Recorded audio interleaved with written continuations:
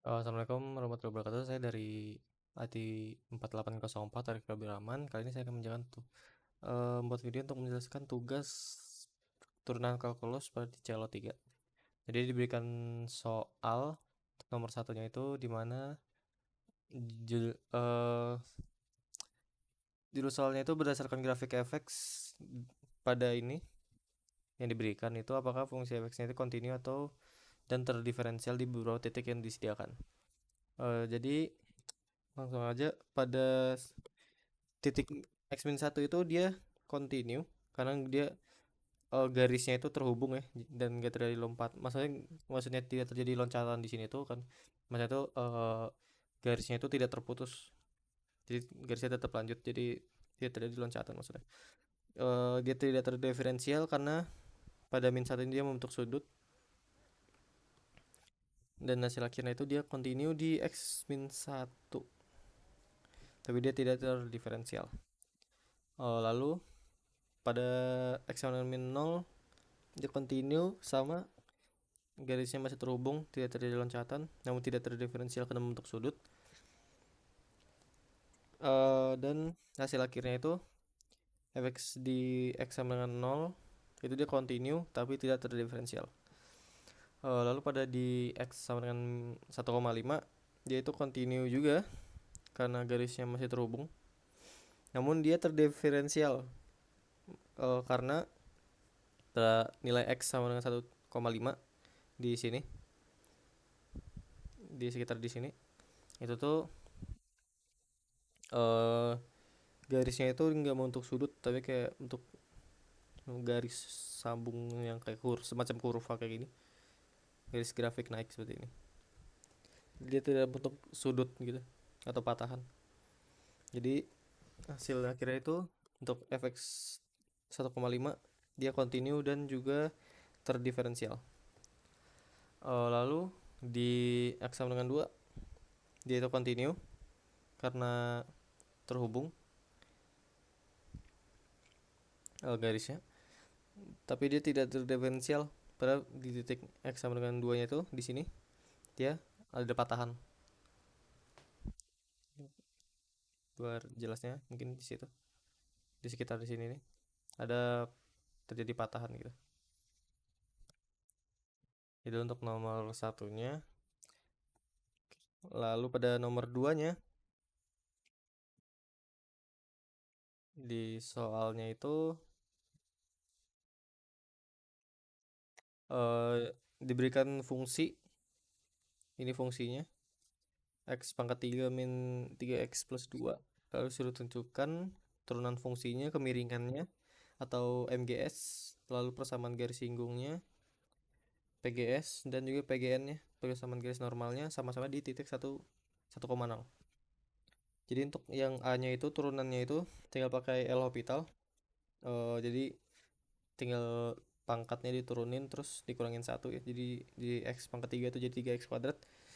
Lalu min 3x nya itu x nya dipindahin jadi 1, jadi bisa aja ini maksudnya x nya dianggap 1 ya turunannya. Turunan x itu 1, jadi tinggal 3 kali 1 jadi 3. Lalu yang 2 nya itu sebenarnya bisa ditulis plus 0 karena turunan 2 itu nggak ada ya.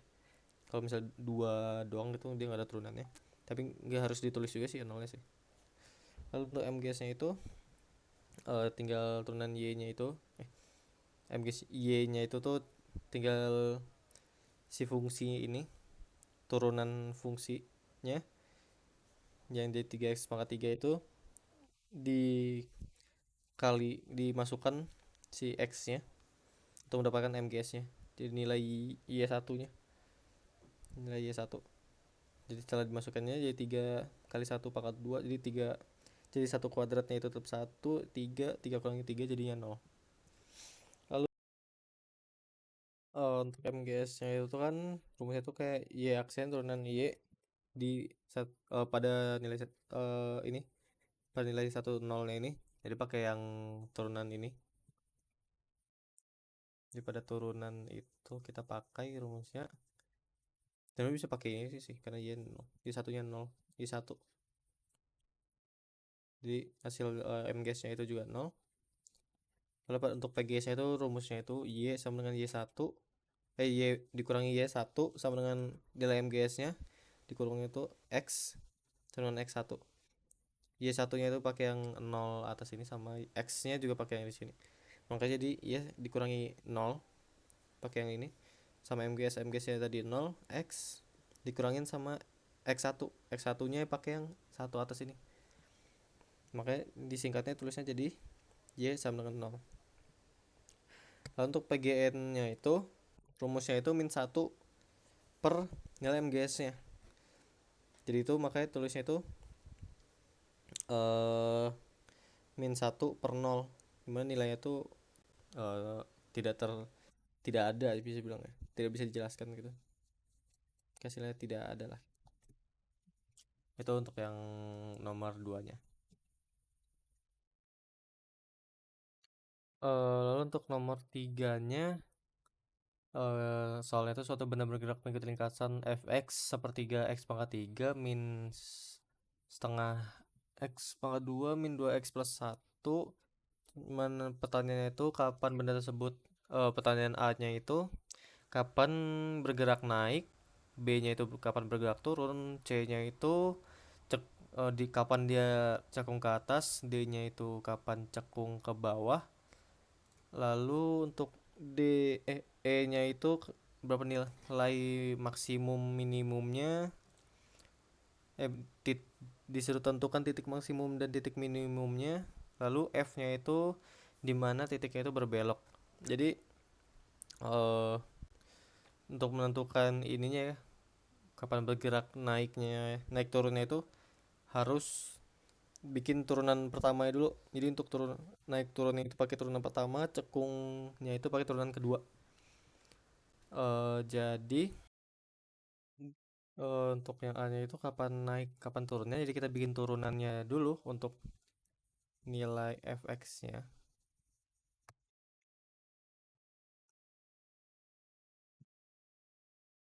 Jadi turunannya itu jadi dari ini merubah jadi x pangkat 2 dikurangin x kurangi 2. Ditemuin pembuat, kita faktorkan aja jadi x min 2 sama x plus 2, dapatkan pembuat nolnya itu eh min 2 plus 2 sama min 1. Lalu dibuat seperti ini, melakukan uji garis, dapetin plus min plus, berarti dimana ini tuh naik sama ini turun. Jadi titik naiknya itu di antara min tak hingga sampai min 1 atau di 2 sampai tak hingga. Itu untuk titik naiknya. Untuk yang B-nya, untuk titik turunnya itu berada di min 1 sampai 2. Ini untuk yang B-nya.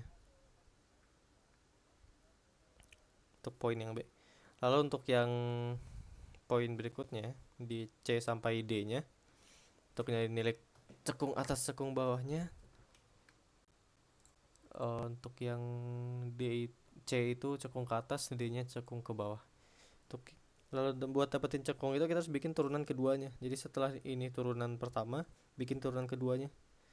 Lalu kita dapatkan nilai x-nya itu, kita bikin permisalan sama dengan 0.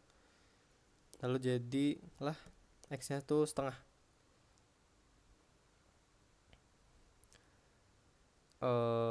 Lalu setelah kita dapetin itu, kita bikin garis, lalu uji garisnya, dapatkan plus min.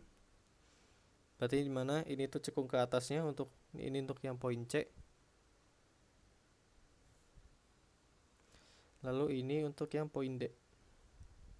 Ini cekung ke bawahnya. Lalu untuk dapatkan nilai maksimum minimumnya, kita tuh tinggal pakai turunan keduanya aja. Untuk poin E dan D-nya itu kita harus pakai poin E yang disuruh nyari maksimal lokal sama minimumnya, titik maksimal titik minimumnya itu kita tinggal pakai turunan keduanya.